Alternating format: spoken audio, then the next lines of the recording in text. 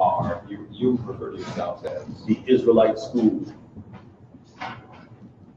of Universal Practical Knowledge. ISU. That's the acronym. Universal School of Universal Practical Knowledge. How does that differ from from the folks that I might, if I don't see you folks in the city, right. I see other groups, who are that? They're just other groups that have formed over the years into whatever they actually are, which I wouldn't know. It's similar to the different denominations of churches. Okay. You know, you could look at it in that kind of context. Right. And how long have you guys existed out here? In Philadelphia? Yeah. How long have you since '91. Do you do, and I don't know this about you, do you do charitable works? Do you guys feed folks? Do you do that kind of work? We are absolutely charitable. We have food programs in over 10 cities. We have a major food program in Trinidad and Tobago, in Nicaragua. So yeah, that is a big, in Syracuse, New York, we also have a huge one. We have quite a few around the country, but that's not the only charitable work we do. You know, our biggest charitable work is our main focus is the turning around of lives of Black men. We get Black men out of prison, reunited with their families. We walk them through the legal system to reunite them with their children. We give them a strategy to handle child support and draconian laws of today's society.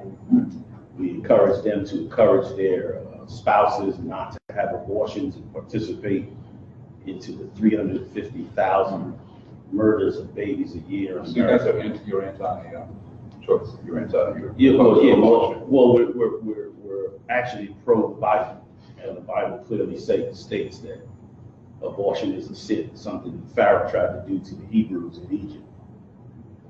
So you help men who recently moved out of prison, women who have been recently incarcerated? Same principle. Yeah. But of course, our focus is more on men. Those men focus on women, children, and families, the traditional family structure, where we have a strict adherence to traditional family values. So opposed to divorce? Divorce is absolutely against our beliefs.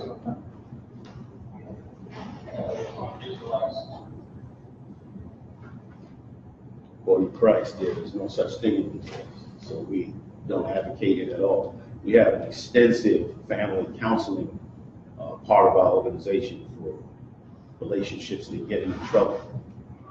We have a huge national network that can come together at a moment's notice for any marriage that may look like it's going on the rocks.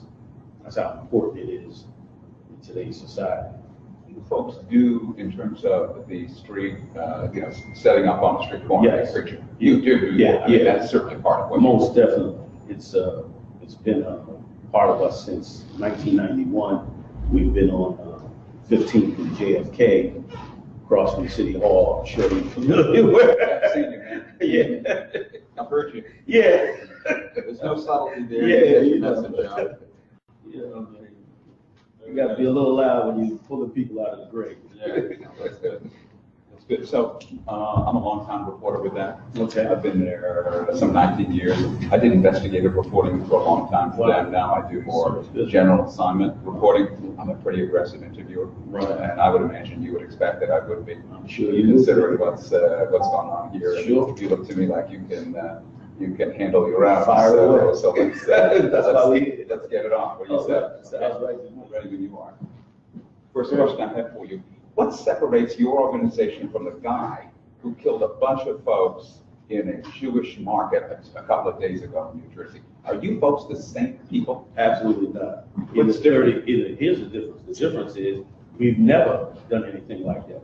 And not only have we never done anything like that, our organization is strictly a nonviolent organization and always has been. This man says in a manifesto that was found in his vehicle, he says that Jews are the enemy? Do you believe Jews are the enemy? Enemy of who? Enemy of him, enemy of black people. I know that all nations have profited off of black people. All nations in society today are eating off of the back of black people. Does that make them our direct enemy, that we should go out and kill them? Absolutely not. You don't believe Jews are the enemy, or Jews are Satan? We are Jews. We are saying that we are Jews. And so we don't believe any real Jew is an enemy of ours because we're Jews. What's a real Jew? A real Jew is a black, Latino, or Native Indian that is a descendant from the biblical Hebrews recorded in the Bible. He killed white Jewish people. So I heard. So is that okay? No, that's not okay. Well, you said black Jews. He Right. killed people who were white. Exactly. We don't advocate killing white people. We're completely against violence. We're a nonviolent organization. We're all over this country, and we have never, ever engaged in any act of violence or any act of terrorism against any nation. So that's not our policy. We can disagree with the white Jewish establishment on many issues, including their ethnicity and their authenticity as a Jew. It doesn't mean that we, as the Israelite School of UPK, would engage in violence against them. But so when you say they're the enemy, you need, we don't look at them as an individual group as an enemy. There are many groups and organizations that target and harm and pillage black people, but we don't call their race the specific enemy of our race. So, but they have crimes against us. but you don't say, you said that real Jews are Jews of color. It seems to me that's how you distinguish. Well, not of color. That's not correct either, because you have Jews that are just as white as you, that have a direct lineage to the biblical Hebrew Israelites. This is not a color thing. It just happens that the people that come from that bloodline, majority, are people of color. But we have people in our organization who, like I said, are just as white as you. But when you trace their ethnicity back to the Bible, they are authentic Jews. Okay. Those Jews that you think are inauthentic, you don't hate that. You don't see them as enemy. I don't hate anybody. What I do hate are crimes committed against black people. That I do hate. What are those crimes? Oh, you can take your pick. There are 350,000 abortions by blacks and Latinos in America that is government funded to the tune of $500 million.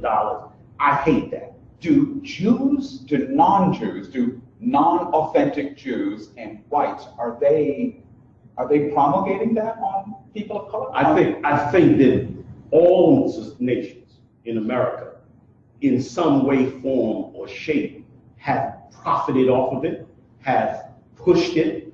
You have people from all walks of life that become abortion doctors, that become politicians who push policies, including black people. You have black people that are also participant in that type of hate crime to kill 350,000 babies. So it's not a personal hatred of white Jews. You have black Christian preachers who totally promote abortion. And I hate that. And they are wrong, and it's a crime against God. This man who did this killing, right, had hate for Jewish people and white people. And he links himself to organizations similar to yours. Well, if he does that, I don't know what organization he links himself to. But let me say this. The Israelite School of UPK, for 35 years under my command, has never, ever propagated trying to be violent against anybody. We've never thought of violence or terrorism as a means to an end. We may have dislikes and anger over things that are done to us by various communities, but it doesn't mean that we espouse that kind of evil to be brought out against a people or against anybody who's done nothing to us. We are not violent. So just because he says, hey, I'm a Hebrew Israelite, I found out that that black people are real Jews. doesn't mean that now we believe in going out and killing white Jews. We've never done that. You'll never find a police report of black Hebrew Israelites attacking white people. So what he stood for is not what we believe. Is there anything that you or your organization has ever said that you believe could prompt this by somebody deranged like this man? Listen, not only do I don't believe that, but here's the problem. The problem is when you start to discuss the despair that blacks and Latinos have been in this country for the last 400 years, there's always the possibility of some lone nut taking what we say the wrong way. This guy is a lone nut in your view. Well, as far as we're concerned, this person is somebody who, I don't know this person. So he's not you in your view. Exactly. He's not your organization. No, it's your organization. we have tons of brothers in here, and none of them are going out shooting people. But you know that people are going to put this on you. Oh, they're trying because they're going to say, hey, it's the same group. They're going to try to put it on us, but they can't put it on us because our record has shown. Even the Southern Poverty Law Center had to retract and say that black Hebrew Israelites are known for no violence. Right. This is their court. But the Southern Poverty Law Center calls you a hate. In fact, this organization, they list you as a hate. Yes, they do. It's on their website. Yes, are you a hate? But let me ask you this then. Yeah. If black lawyers get together, black lawyers, licensed lawyers get together and disproportionately fight black cases that they believe are based on racism, are they a hate group? If black lawyers, if a group of black attorneys, African American attorneys get together, and they say that as attorneys, we're going to specifically focus on black defendants who we feel have been victims of racism. Are they a hate group? No, that's not a hate group. The Southern Poverty Law Center says they are. Who? What group? They named a group? They named a specific group. Just black lawyers? No, they named organizations that are attorneys fighting cases. They call them black. Well, that's a mistake. Oh, is it? Well, then guess what? Right? Then guess what? It could be a mistake that the Israelite School of UBK is a hate group because guess what? We don't commit any violence. Well, right. you know you're listed there, though. Right? We know they're listed there too. You're right. They're listed there too. What's the name of your? You don't name it. You have to look it up. You have to look it up. It's definitely. But let me speak to that. So.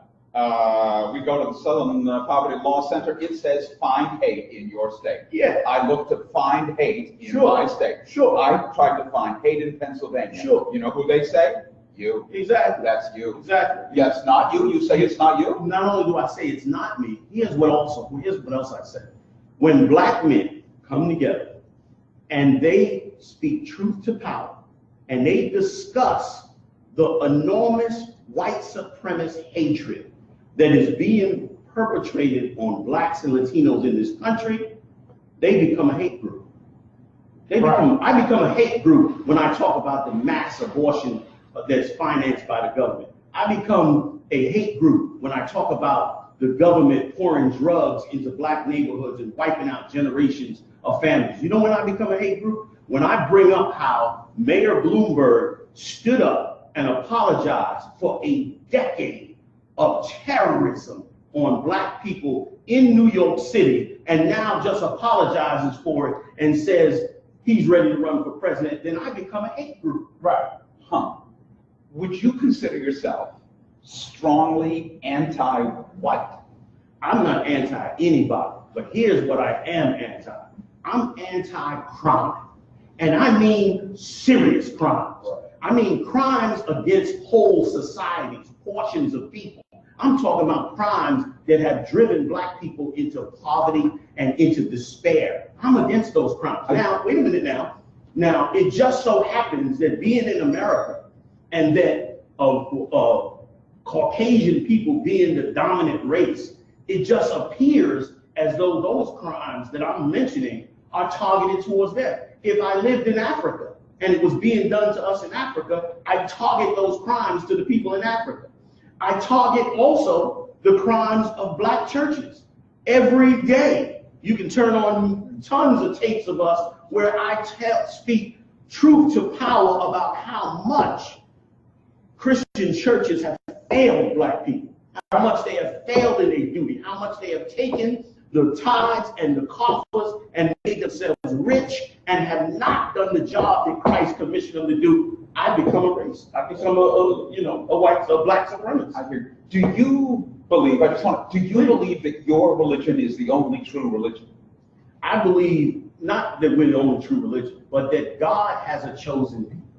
And those chosen people have a direct bloodline to the people in the Bible. It just so happens that any first-rate scholar that is not biased and does the research will simply find out that you can simply trace the bloodlines of the people that were in the Bible back to the blacks in the slave trade, back to the Latinos in the Caribbean, back to the Latinos in South America. Long before America was established, these migrations were set up from the nation of Israel, and they are the direct bloodline. So that's what I believe in. I have a couple more. Please. There's video of this man with his gun out. Yeah. There's video of him. Right. He's like this. Right. He walks across the street. Right. He's shooting Right. into It's a heinous. Jewish grocery store. It's heinous. It's heinous. It's just as bad as Dylan Ruth shooting up that black Christian church. It's heinous. And I condemn Dylan Ruth for his white supremacist violence, and I condemn this person for their violence based on whatever it is that they did believe. It has nothing to do with the Israelite School of UPK. It's counterproductive for us. So is it accurate to say that you would be, your organization, this organization, is a far more moderate organization than those who will say whites are the enemy, Jews are the enemy, those sorts of phrases? Okay, I would not say I'm more moderate. What I would say is this, that we are far more conservative when it comes to being violent. We are extremely non-violent, but we will never want to close our mouths to any section of society that preys on us, that pillages us, that targets us, regardless of who they are. If the Asian community targets us and wipes out our beauty supply businesses, I'm going to say something about it. If they abuse our women when they come into their stores to buy hair, I'm going to say something about it. If the Jewish community targets blacks for whatever reason, I'm going to speak to it. If anybody goes out there and shoots people, I'm going to say something about it, and I'm going to say that it's wrong and that we condemn. Let's face it, we've got 400 years of abuse. And here's what's so sad about it. 4 years ago, 3.5 years ago, we allowed a New Yorker to slander an entire part of our community, the Mexican people, Trump. And he slandered them and then got in the White House. He got elected. And got loved by all of America for being for saying the rights of America. Oh, well, let's say this, for a part of America that loves and will accept any leader, even if they use racism as a means to get in the White House. When I look at your guys here, as they all stand here, Yeah. I mean, Handsome dudes. they're good-looking men. Yeah. I see a guy with some of the guys have a leather strap, Yes. and the leather strap has spikes. Right. Yeah, that's frightening to folks. You- That looks violent. Is that not it? Is that not what that's meant to be? You know what? I think that it's, again, part of the psyche of white supremacy, because I turn on the internet and see tons of medieval fairs, tons. You have a whole medieval organization where you can have dinner and joust, and they wear spikes. Nobody looks at them in fear. So you have, let me finish. What does that mean for you? What does that mean for you? You have punk rockers and rock stars who wear studs and spikes and blades and perform on stage, and they're never looked at as the menace.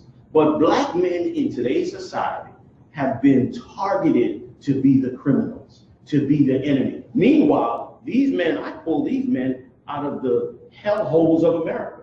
Instead of selling drugs and robbing ATM machines, They open up the Bible and read. This is what we do here. What's the importance of the fights on the left? Again, it's the same importance that you saw in the beginning when you first came in, when you saw the medieval helmets. It's part of our tradition. If you open up the Bible in the book of Leviticus, it says that the Israelites wore studs. If you open up a part of Revelation and a part of the Apocrypha, it says that the young men wore warlike apparel. So it's not that they're wearing something any different than other parts of society would wear, but because they're black men, they're looked at as, oh, this is frightening.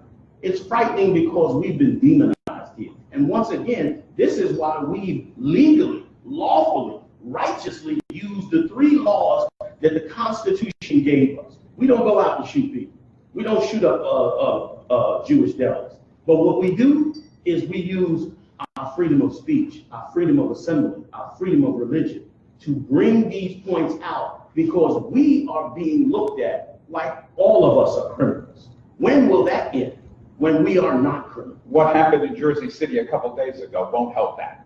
Listen, it won't help it because society won't look at that incident without associating it to every black person. And that's the part of white supremacy we fight every day. Or they will look at it and associate it to certain organizations with similar names. Right? Listen, that's exactly what they will do, and it's exactly what they should not do. Okay? That's not what they should do. I don't associate you with every murderer that's Caucasian. I don't look at you and say, you're the same. But in today's society, every black man that walks down the street is already assumed that he's a criminal. I don't assume you're a criminal. Well, hopefully you don't. Hopefully you don't. But in today's society, like you said, we will be associated with something that has nothing to do with it, simply because somebody used a name that was similar to ours. Well done. I enjoyed it. I enjoyed it. I love having an interview like that. Yeah. She didn't ask me these questions. She asked me some questions, but she was nowhere near. 2 shots, Sure. just a couple more shots. Sure. Are you a local person? Are you from this region? Oh, I am now. I'm from New York, but I've been down here for about 15 years. Yeah. Married a woman and ran down. Yeah. So I've been down here a little while. Kids? Family? Yeah. Stay firm like you were before, you know what I mean? I did the last one to not fall into the street.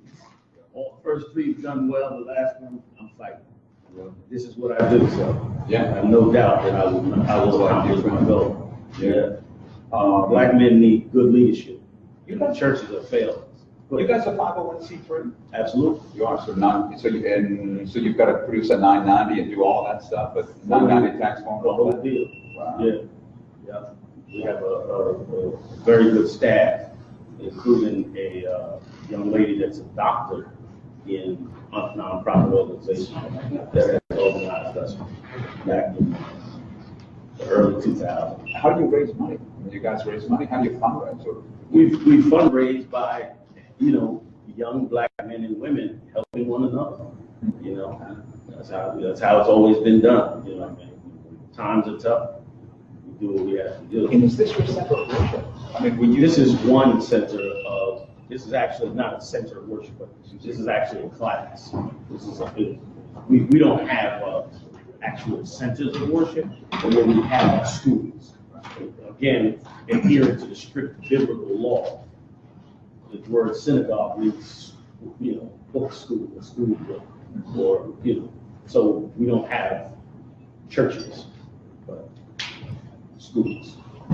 So, will you ever try to speak to law enforcement and try to educate them as to what your views are around these issues? Or is that difficult? No, not at all. Absolutely. We're constantly in touch with all of the liaisons in law enforcement. The ones, most law enforcement agencies have some type of community officer, and we completely communicate with them, and they communicate with us, and they let us know what is permissible, what is not permissible, what is legal, what is not legal, and we're very interested in it because, again, we are strict adherents to the laws of society. We don't break any law. Have you asked the Southern Poverty Law Center to remove you guys from its list of hate groups? You know what? I don't know if we've actually approached them, but I believe that over time, even this recent revelation by them of us being nonviolent is a slow walk backwards from where we've been. So we leave it to them. But of course, I believe if they took a hard look at our record, they would recognize that, what they tout as hate is us doing what every protester has ever done, which is to complain about what is happening to them. Have you read any of the reporting on what happened in Jersey? Do you Absolutely. think that organizations like yours are being depicted unfairly? Well, I know this much. It's been retracted, but hours after the incident happened, our organization and photographs of our members was put in a local newspaper, and it was touted as though they were associated with us, and we had to push back on that. And since then, they've kindly retracted that, removed that article. I don't want to go into who did it, because they've retracted it. It's off the table now. I leave it alone. But they did pull it back and quoted me as saying that we had nothing to do with that. Our organization, it's counterproductive for us to engage in violence or crime. But then how do I tell a young man, listen, you're gonna come out of prison and I'm gonna show you a better way to espouse your grievances? How do I do that and then show him that I do the same thing he did that landed him in prison in the first place? Why would he listen to me? Why, you pat me down, you patted my partner down as we came in. Are you facing threats? So what's well, I think that all people who claim to be Jews are being targeted around the world. Of course, nobody will look at black Jews as being targeted the same way they look at other Jews as being targeted, or other so-called Jews as being targeted, but we're hated just as much or more. And so it's just a matter of routine that we search not just yourselves, but anybody that enters into our classrooms, because once again, we don't want to have an incident that helps to, give the idea that this is a place where violence takes place, but we don't do that. Jews. Right. What's your affiliation with Israel, with the state of Israel as it now exists? We have no affiliation with the state of Israel. So your affiliation in terms of parts of the world are those areas of the world where black folks may have emigrated to the U.S. from or live, right? No, not at all. Our affiliation with the world is for those that can bring forth their genealogy back to the biblical Jews, no matter where they are. There are some in the state of Israel. There are some in just about every country in the world. So if they are descendants of those biblical Jews, we're interested in Prove that. It's easy to prove if you can remove the subconscious mind of racism. It's very easy to prove, because one of the hardest things for anybody to accept is that people in the Bible were actually dark-skinned people. That creates, you can barely get a producer to produce a movie with Jesus being black without being called a racist. The Bible emerged from a part of the world where people were of color. So Listen, it seems logical that people of color. Yeah, but that's not how. Well, that's not how the world likes to view it. But for folks to be, members of your organization, or they have to prove to you that they're descendants of folks from the biblical. Exactly. That's a requirement by God in the book of Ezra, that we trace our lineage back, that we go through archaeology, anthropology, through biblical prophecy, and find that out. And you want to hear something that's funny? The greatest amount of information on our historical lineage comes from our white Jews. They've written the greatest books on it. So we get the majority of our knowledge and archaeology from what they've written. They themselves have done. What do you understand? Yeah, I'm good. What's your activities like during the week? What, you guys have classes, Yeah. you're out in the community. We have so many things going on besides just going out on the street. Besides, we have multiple radio shows. We have tons of podcasts. We have we have food programs all over the country. We do a ton of legal work, like I said, for different students. We have a GED program. There's tons of stuff like that we do on a daily basis. And sometimes we just sit around and counsel. Talk to each other. All right. I Good to appreciate meet you too. Thanks for being willing to talk to me and being willing to go back and forth as well. Sure, I'm glad, that somebody wants to hear this, because it's saving lives and they're acting like we're producing terrorists. When we're totally opposite. And if you're black and you call out white America on crime, and you're just complaining about the white man. You're just, it's the white man, the white man, the white man. But there are real crimes that are being committed to this day.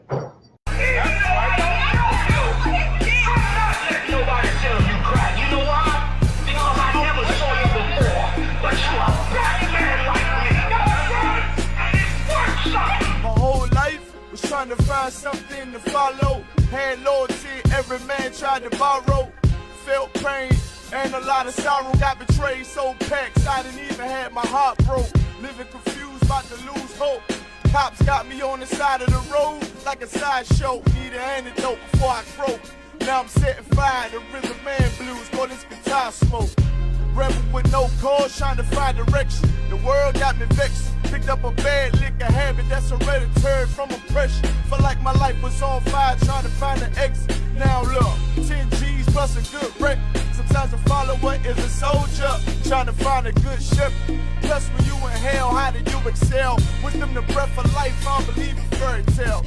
Listen well to what I tell. No calling can cause pain. Something that a rebel knows very well. Can't you tell I was sent from the Lord? Got a tongue like a two-edged sword.